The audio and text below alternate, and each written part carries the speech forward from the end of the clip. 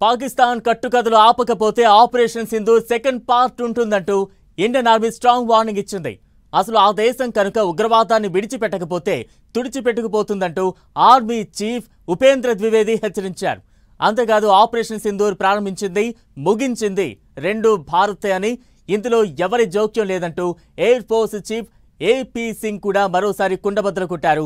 దీంతో అటు అమెరికా ఇటు పాకిస్తాన్ రెండు దేశాలకు ఒకే రోజు బలమైన మెసేజ్ పంపినట్లయింది. పాక్ నీ కట్టుకథలు ఆపు, నీ ఫ్లైట్లు కూల్ చేసింది మేమే. సుదర్శన చక్ర రెడీ అవుతోందంటూ ఎయిర్ ఫోర్స్ చీఫ్ ప్రకటన.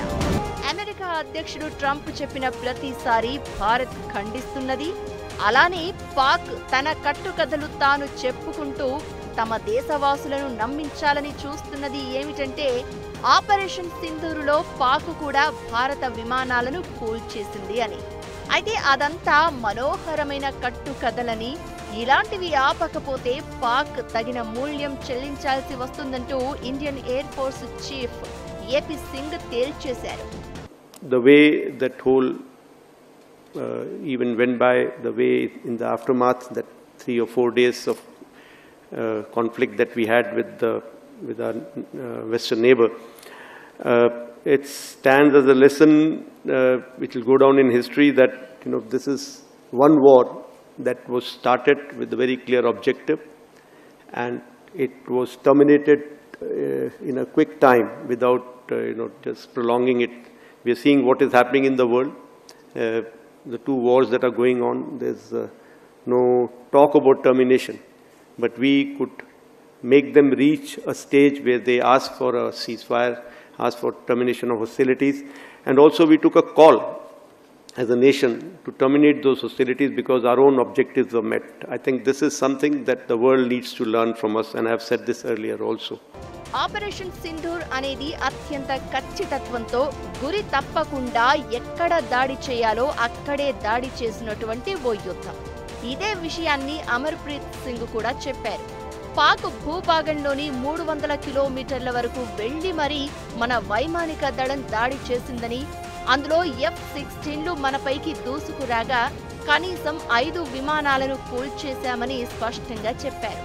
అంతేకాదు పాకిస్తాన్ భారత్కి చెందిన ఫ్లైట్లను కూల్చేశాము అని చెప్పుకుంటే చెప్పుకోనియండని, మన ఇన్వెంటరీలో విమానాలు కోల్పోయింది లేనిది ఈసారి యుద్ధం కనుక వస్తే పాకిస్తాన్కి చక్కగా తెలుస్తుందని సెటైర్ వేశారు. ఇలా చెప్పడం వెనుక కారణం ఒకటే, బాబు అమెరికా అధ్యక్ష, మేం కొట్టిన దెబ్బకు నేలకూలింది మీ అమెరికన్ మేడ్ జెట్ ఫైటర్లే. ముందుగా ఆ సంగతి గుర్తించు, ఆ తర్వాత నువ్వు ఆపిన యుద్ధాల లెక్క చెబుదువు అని పరోక్షంగా కౌంటర్ ఇవ్వడమే ఏపీ సింగ్ మాటల్లో ఉంది. అలానే ఆపరేషన్ సింధూరులో పాక్ పై దాడి జరిగిన సందర్భంలో 8 పాక్ ఎయిర్ బేసులు, కీలక స్థావరాలు ఉన్నాయని మన ఆర్మీ ప్రకటించింది.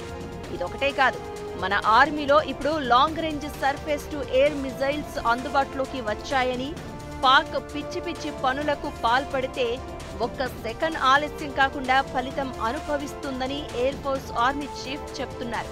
అంతేకాదు ఈ మధ్యలో పాకిస్తాన్ 4వ రోజు జరిగిన యుద్ధం అంటూ కహానీలు చెప్తుందని, ఈ విషయంలో మీడియా ప్రసార మాధ్యమాలు చక్కగా పనిచేశాయన్నారు.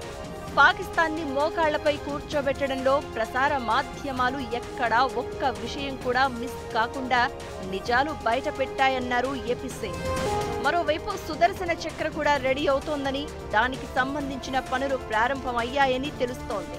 ఇజ్రాయిల్ ఐరన్ డోమ్ను మించేలా రూపకల్పన సాగుతోన్న ఈ సుదర్శన చక్ర కనుక అందుబాటులోకి వస్తే పాకిస్తాన్ తిక్క వేషాలు వేయాలన్న ఆలోచన కూడా మనసులోకి రాదనేది సైనిక రంగ నిపుణులు చెబుతున్న మాట.